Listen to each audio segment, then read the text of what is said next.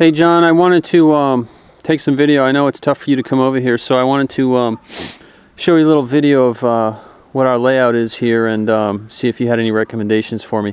This is the front yard, and I don't know, it's kind of hard to see here, but over here to the side there's a big drop off, so really we can't use any of that land. The reason this area out front is cleared is for our leach field, so we can't plant anything there because the rocks in the leach field are about you know, maybe about 5 or 6 inches down. You can see down there we had some, I got some chicken coops and a little electric fence pen for them there. They were actually out on the grass a couple years ago, and I had to move them back because they were scratching down to the leach field. So we could probably plant something here, but we're not really supposed to actually have anybody grazing out here too much because it'll destroy the layout there. So what I have over here is this is the shed where we do all our milking and stuff like that, and we keep all of our tools and stuff in there. You can see, you know, how thick the woods are there. That's pretty much how all of this was.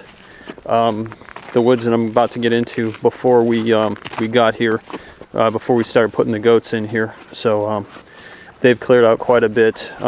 Right ahead there, those two little weird looking things, those are just little places where the cats hang out and the raccoons can't get their food, and the chickens can, but most of the other animals can't, the dogs, so I can put food out for the cats there and nobody else will get it.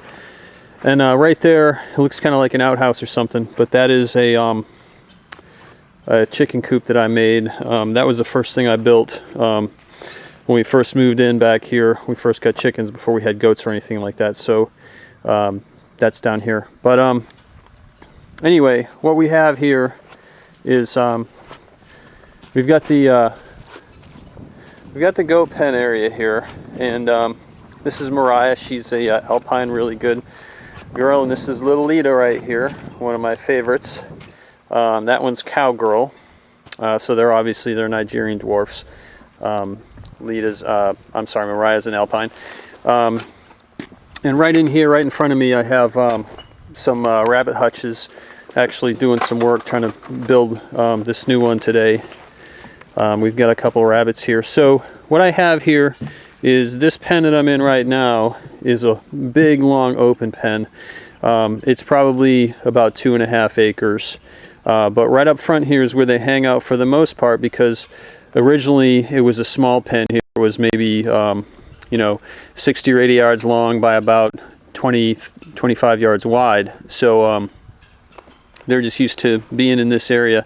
This is where they hang out. I have it divided into a couple of different pens. I'm using this 4-inch square goat netting.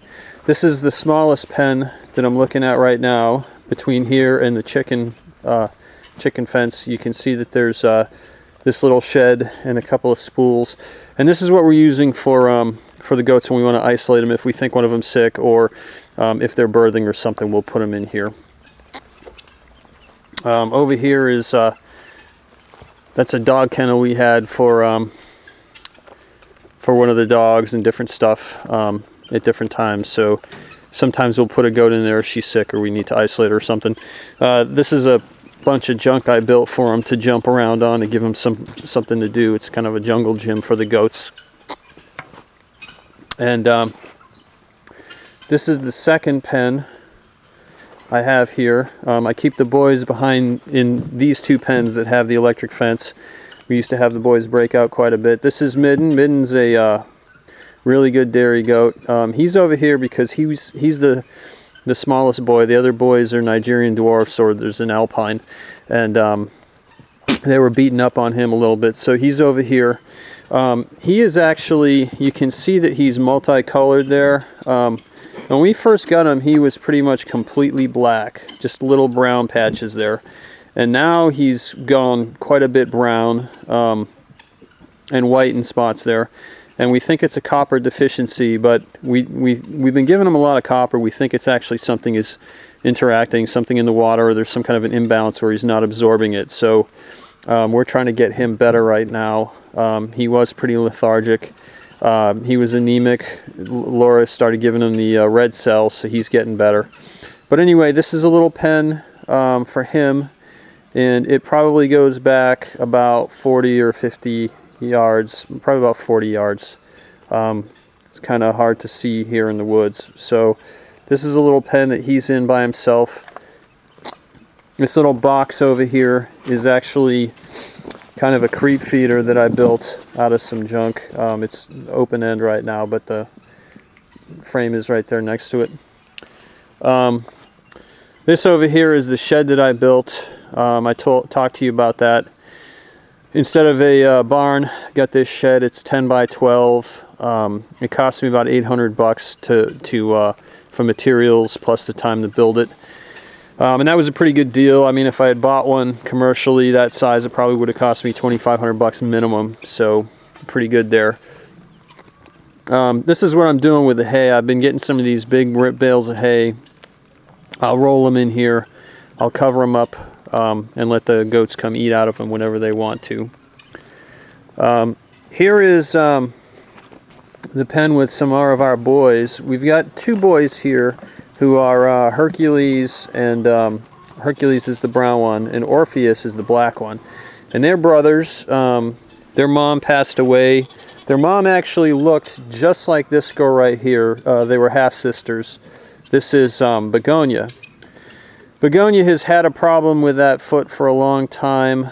She's kind of favoring it. I've noticed that when it's springtime or summer and we're giving her a ton of hay, and the quality hay, the stuff we get from you, it doesn't bother her as much. We give her a lot of minerals.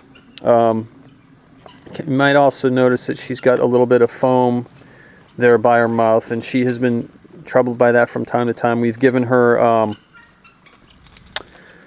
baking soda and stuff to try to get rid of that. We thought it was an imbalance, and it's, you know, hasn't really gone away, so we're not completely sure about what that is. This is Zuzu, and she's a prize dairy goat. Anyway, the boys I was talking about, Hercules and his brother Orpheus there. I was thinking one of those might be a good goat for you if you wanted to get some variety. They're pretty well bred. They're good dairy lines, and I know you were talking about having a buck come in to give you guys some variety. This one right here, the Alpine, is on loan to us. This is Gavin, and he's a really sweet boy. He's on loan to us from a woman who has a bunch of prize Alpines, and they were going to sell him. We wanted to stud with him, and so they let us keep him for, we're going to have him for 6 or 8 months over the winter now. So this is a bigger boy's pen that we have here, and it goes back about the same distance as the one next to us, Middens here, but it's quite a bit wider. It's about 2.5 times as big. Again, you know, I've got some spools in the shed and some stuff for them to play on right up front here, and they pretty much hang up here. They don't go in the back too much. They kind of hang up here with the girls a lot. So let's see. Okay, now back here is kind of the area that I was telling you about. I wasn't sure if I should clear it or not. This area goes back probably, you know, this is probably about 1/3 of the size of the area that you've seen so far that I have here that's fenced in. There's a big area back here. It's all fenced in, and the girls sometimes will wander back here once or twice a day. You can see how the trees are here. The trees are certainly a lot thicker than they were up front here. And that's how this whole area was 3 years ago when we first got the goats. So they've obviously killed off a lot of the smaller trees, and you can see here that they've kind of eaten away at a lot of these ones too.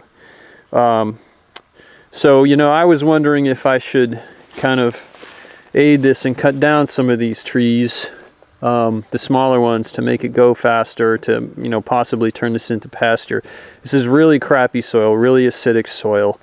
So I'm not sure what would what would be able to grow here pretty easily anyway to make this pasture. Our neighbors do have long kind of hay up in the areas that have been cleared, so I think we could probably get something to grow in here. And then back here through the woods, I'll just go ahead and walk back here to give you a little look. There's an area back here that's cleared. This is the area towards the back. This is actually where it's kind of like a big mound, a big pile of earth and stumps where they dumped everything when they were clearing the lot many years ago to build this place. So in here where they cleared the lot, there's kind of an open area here. That little stand is actually where I used to keep the bees the first season or two that I got them. I had some bees back here.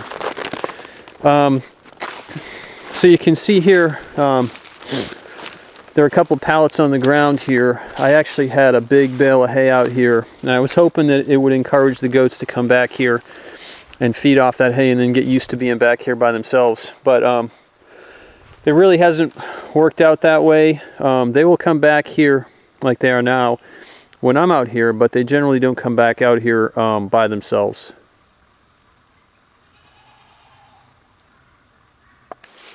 So this is just another look back at this area. In the springtime and in the summer, this will be kind of grass, and obviously the trees here are, pretty good. This area gets pretty filled out. This over here is Boopsie. Boopsie is one of my two Karakachans.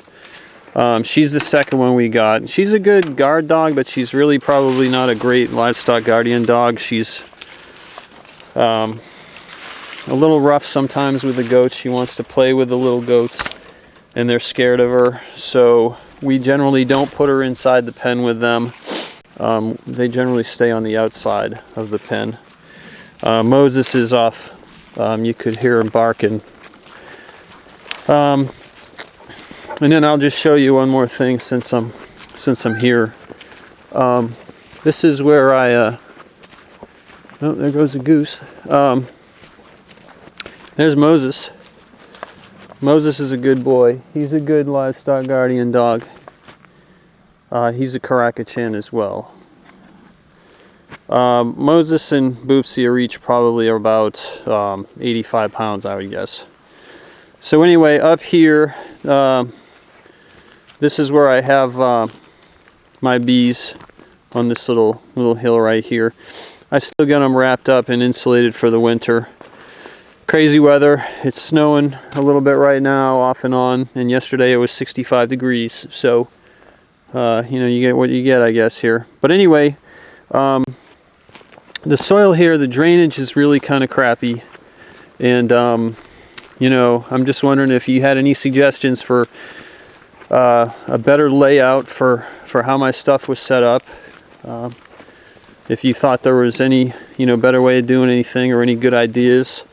I have thought about at times maybe just allowing the goats, when the weather gets a little better, to just kind of roam the property a little bit, to have my wife and I could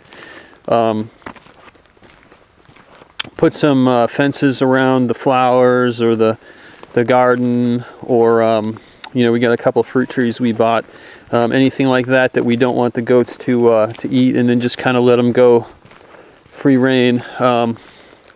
This is an area where there's a lot of hunters in the hunting season, so I wouldn't want them to get loose during that time of year.